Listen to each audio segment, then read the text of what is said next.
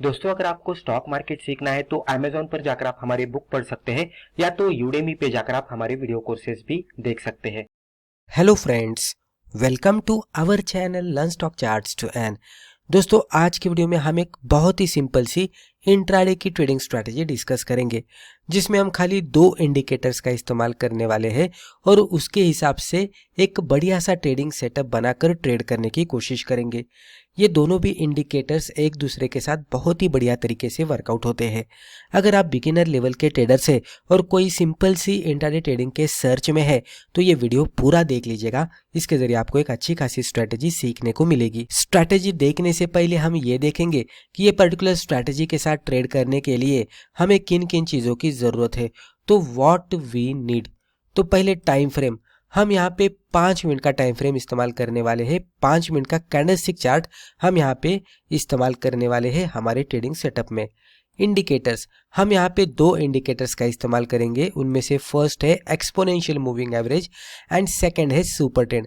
अभी दोनों की सेटिंग किस तरह से करनी है वो थोड़ी देर बाद आपको पता लग जाएगा। ट्रेंड आइडेंटिफिकेशन, ये ट्रेंड फॉलोइंग स्ट्रैटेजी है, क्योंकि जब भी हम मूविंग एवरेज और सुपर ट्रेंड का इस्तेमाल करते हैं तो ये ट्रेंड फॉलोइंग इंडिकेटर्स है। तो डेफिनेटली हमारी जो स्ट्रैटेजी है वो ट्रेंड फॉलोइंग स्ट्रैटेजी होने वाली है। तो उसके लिए हमें पहले ट्रेंड का आइडेंटिफिकेशन करना होगा। अगर आपको दिक्कत आती है ट्रेंड का आइडेंटिफिकेशन करने के लिए तो आपको थोड़ी देर बाद पता लग जाएगा कि किस तरह से ईएमए का और सुपर ट्रेंड का इस्तेमाल करके हम ट्रेंड का आइडेंटिफिकेशन भी कर सकते हैं। उसके बाद है मोमेंटम आइडेंटिफिकेशन। मोमेंटम यानी क्या? जब भी हम कोई भी स्टॉक में पोजीशन बनाते हैं तो पोजीशन बनाने के बाद तेजी के साथ स्टॉक हमारी डायरेक्शन में जाता है और टारगेट हिट करता है। तो वो मोमेंटम किस तरह से कैप्चर किया जाता है वो भी यहाँ पे आपको थोड़ी देर बाद पता लग जाएगा। मार्केट यानी कि किस तरह की सिक्योरिटी में हम ट्रेड करेंगे, तो लिक्विड स्टॉक्स में हम ट्रेड करने वाले हैं, यानी कि ऐसा स्टॉक कि जिसमें हाई वॉल्यूम होना चाहिए। इलिक्विड स्टॉक्स को हम टोटली इग्नोर करेंगे। अब आप यहाँ पे टाइटल पे देख सकते हैं ईएमए सुपर ट्रेंड स्ट्रैटेजी। तो ये ईएमए सुपर ट्रेंड स्ट्रैटेजी क्या है? तो ईएमए और सुपर ट्रेंड की जो स्ट्रैटेजी है उसको बेसिकली हम जो फर्स्ट 5 मिनट की ब्रेकआउट की स्ट्रैटेजी होती है उसके साथ मर्ज करने वाले हैं। तो पहले हम फर्स्ट 5 मिनट की जो स्ट्रैटेजी होती है उसको क्विकली देख लेते हैं। तो ये 5 मिनट की कैंडल हमें मार्केट ओपन होने के बाद पूरी तरह से प्रिपेयर होने देना है, क्लोजिंग होने देनी है। जब भी 5 मिनट की कैंडल क्लोजिंग बेसिस पे बनती है तो इस तरह से आपको इसके रेंजेस मिल जाएंगे। ये रेंजेस के ब्रेकआउट पे हम ट्रेड करेंगे, लेकिन ब्रेकआउट पे ट्रेड हमारा इमीडिएट बेसिस पे नहीं होने वाला। हम थोड़ा सा वेट करने वाले हैं अदर क्राइटेरियाज को पूरा होने के लिए। तो हमें क्या करना है, कंसिडर कीजिए कि मार्केट अगर बेयरिश है और हमें सेल ट्रेड इनिशिएट करना है। मान लीजिए कोई कैंडल इस तरह से ब्रेकडाउन देती है, तो ब्रेकडाउन देने के बाद हम देखेंगे कि ईएमए का स्टेटस क्या है। अभी ईएमए कौन सा इस्तेमाल करना है, तो ये स्ट्रैटेजी में हम ईएमए जो भी इस्तेमाल करने वाले हैं वो होने वाला है ईएमए 26। तो ईएमए 26 बहुत ही बढ़िया तरीके से वर्कआउट होता है। उसके बाद हम सुपर ट्रेंड भी इस्तेमाल करेंगे। अभी यहाँ पे जब भी कोई भी कैंडल 5 मिनट के लो को, मान लीजिए ये केस में हम लो के हिसाब से देखने वाले, यानी कि हम सेल सेटअप के हिसाब से देखेंगे। आप उसके ऑपोजिट बाय के हिसाब से भी इसको कंसिडर कर सकते हैं। अभी कोई कैंडल ने 5 मिनट के लो को ब्रेकडाउन दिया, लेकिन लो को ब्रेकडाउन देने के बाद अगर हमारा ईएमए भी नीचे है और मान लीजिए कि सुपर ट्रेंड भी नीचे है, तो हम यहाँ पे सेल ट्रेड इनिशिएट नहीं करेंगे, क्योंकि हमारा हर एक इंडिकेटर सेल साइड पे जाने चाहिए। मान लीजिए कि फिर अगली कैंडल इस तरह से बनती है और नीचे जाकर क्लोज आउट देती है। अभी ये कैंडल का अगर हम क्लोजिंग देखते हैं तो यहाँ पे हुआ है, ये इसका क्लोजिंग है। ये क्लोजिंग के टाइम पे अगर हम देखते हैं तो क्लोजिंग के टाइम पे जो भी प्राइसेस हमें यहाँ पे दिख रहे हैं, तो अभी यहाँ पे इस तरह से कैंडल प्रिपेयर होती हुई आपको दिखेगी। तो इसको अगर हम ऑब्जर्व करने की कोशिश करेंगे तो ये 5 मिनट के लो के भी नीचे है, फिर उसी के साथ ईएमए 26 के भी नीचे है और सुपर ट्रेंड के भी नीचे है। तो तीनों क्राइटेरिया के हिसाब से अभी ये हमें सेल सिग्नल दे रहा है। तो ये कैंडल के हिसाब से ट्रेड करेंगे। लो के नीचे एंट्री, हाई के ऊपर स्टॉप लॉस और सिंपली 1:2 का टारगेट हम एक्सपेक्ट करेंगे। जैसे ही टारगेट आएगा हम एग्जिट करेंगे। आप ट्रेलिंग का सहारा लेकर और भी ज़्यादा रिस्क रिवॉर्ड लेने की कोशिश कर सकते हैं। अभी आगे जाने के बाद जैसे हम एग्जाम्पल देखेंगे आपको पूरी तरह से स्ट्रेटजी क्लियर हो जाएगी। तो यहाँ पे हम एग्जाम्पल देखते हैं। अभी यहाँ पे आपके सामने हमने 5 मिनट का कैंडलस्टिक चार्ट ओपन किया है। मूविंग एवरेज हमने लिया है एक्सपोनेंशियल यानी कि एक्सपोनेंशियल मूविंग एवरेज लिया है। उसकी जो टाइम पीरियड हमने जो सिलेक्ट किया, उसकी जो सेटिंग है, तो उसमें जो टाइम पीरियड हमने सिलेक्ट किया वो है 26 का। यहाँ पे ये जो ब्लैक कलर की लाइन आपको दिख रही है ये है EMA 26 की।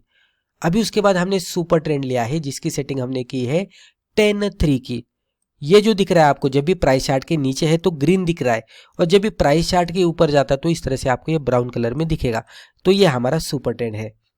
अभी हम यहाँ पे हमारा जो भी ट्रेड सेटअप है उसको अप्लाई करने की कोशिश करते हैं। ये प्रीवियस डे का कैंडल था। यहाँ पे ये यहाँ से पीछे अगर आप देखेंगे तो ये प्रीवियस डे का सिनेरियो था। ये जो पहली रेड वाली कैंडल दिख रही है ये करंट डे की जो भी हम एनालिसिस कर रहे हैं तो वो डे की ये फर्स्ट 5 मिनट की कैंडल है। जैसे ही कैंडल प्रिपेयर होती है हम इसके हाई और लो मार्कआउट करके रखेंगे इस तरह से। अभी मैं इसको इस तरह से मार्कआउट करता हूँ। आप देख सकते हैं पहले ये कैंडल ने ही इसको ब्रेक डाउन दिया था, यानी कि 5 मिनट का लो यहाँ पे ब्रेक डाउन हुआ था। लेकिन अगर आप ऑब्जर्व करेंगे तो EMA के हिसाब से और सुपर ट्रेंड के हिसाब से हमें यहाँ पे सेल सिग्नल नहीं मिल रहे थे, तो हम यहाँ पे सेल ट्रेड नहीं लेंगे। उसके बाद अगर आप देखेंगे तो कुछ समय के लिए स्टॉक फिर से इस तरह से साइडवेज में गया और फिर से ये कैंडल ने ब्रेक डाउन दिया। अब ये कैंडल देखेंगे तो ये जो रेड वाली कैंडल है इसने 5 मिनट के लो को फिर से ब्रेक डाउन दिया, लेकिन उसके साथ EMA 26 को भी ब्रेक डाउन दिया। यानी कि ये पर्टिकुलर कैंडल ने दोनों को एक ही टाइम पे ब्रेक डाउन दिया, 5 मिनट के लो को और EMA 26 को भी। लेकिन ये कैंडल पे अगर हम देखेंगे तो सुपर ट्रेंड फिर भी निचले साइड में था, तो सुपर ट्रेंड बाय सेटअप के ही हिसाब से ट्रेड कर रहा था, तो कंफ्यूजन मोड में था, तो हम यहाँ पे अभी भी ट्रेड नहीं लेंगे। उसके बाद ये कुछ समय के लिए फिर से स्टॉक साइडवेज में चला गया और फाइनली ये कैंडल हमें इस तरह से मिली कि जहाँ पे जब भी ये कैंडल क्लोज आउट दी हमने देखा कि यहाँ पे 5 मिनट के लो के भी नीचे ये कैंडल थी, सुपर ट्रेंड भी ऊपर के साइड में शिफ्ट हुआ था और उसी टाइम पे EMA 26 भी ऊपर के साइड में ही था। तो EMA का भी सेल सिग्नल हमें यहाँ पे मिल रहा था, सुपर ट्रेंड का भी सेल सिग्नल हमें यहाँ पे मिल रहा था और उसी के साथ 5 मिनट के लो के नीचे ये कैंडल बनी थी तो उसके हिसाब से भी सेल सिग्नल हमें मिल रहा था। तो हर एक क्राइटेरिया के हिसाब से जब भी सेल सिग्नल मिलता है तो आप देख सकते हैं जैसे हर एक क्राइटेरिया के हिसाब से सेल सिग्नल मिला है तो वन वे डायरेक्शन में इसमें तेजी के साथ यानी कि मोमेंटम के साथ फॉल आता हुआ दिखा है। हम ट्रेड किस तरह से करेंगे, कैंडल के लो के नीचे एंट्री करेंगे, हाई के ऊपर स्टॉप लॉस लगाएंगे और 1:2 का टारगेट एक्सपेक्ट करेंगे। यहाँ पे अगर आप देखेंगे तो स्टॉक बहुत ज्यादा नीचे आता हुआ दिखा है। एंट्री से स्टॉप लॉस का डिस्टेंस देखेंगे तो खाली इतना था और एंट्री से टारगेट का डिस्टेंस इतना बना। तो रिस्क रिवॉर्ड कैलकुलेट करने की कोशिश करेंगे तो 1 2 3 4 5 फिर ये 6 फिर ये 7 8 9 10, तो मोर देन 1:9 या अप्रोक्सीमेटली 1:10 के आसपास यहाँ पे रिस्क रिवॉर्ड रेशियो मिलता हुआ दिखा है। क्यों इतना बढ़िया रिस्क रिवॉर्ड रेशियो मिला? क्योंकि एक छोटी सी कैंडल पे हमें ट्रेड का मौका मिला। तो जब भी ट्रेड सेटअप में स्टॉक आता है और एक छोटी सी कैंडल बनती है तो वहां पे रिस्क रिवॉर्ड रेशियो बहुत ही बढ़िया मिलने की संभावना होती है और इतना बड़ा रिस्क रिवॉर्ड रेशियो इंट्राडे में मिलना बहुत ही डिफिकल्ट होता है। तो कभी कभी इस तरह का भी रिस्क रिवॉर्ड रेशियो मिलता है, राइट। और अगर मान लीजिए कि ये सिचुएशन बनती कि जो भी ट्रेडिंग सिग्नल की कैंडल है वो इतनी बड़ी मिलती तो ये सिचुएशन में क्या होता कि हमें रिस्क रिवॉर्ड उतना नहीं मिलता। तो ट्रेडिंग सेटअप पे जो भी कैंडल हमें मिल रही है, हमें ट्रेड का जो सिग्नल दे रही है, वो कैंडल अगर छोटी रहेगी तो रिस्क रिवॉर्ड बहुत ही बढ़िया मिलता है, वो कैंडल बड़ी रहेगी तो रिस्क रिवॉर्ड उतना बढ़िया नहीं मिलेगा। तो ये भी हमें समझ लेना चाहिए।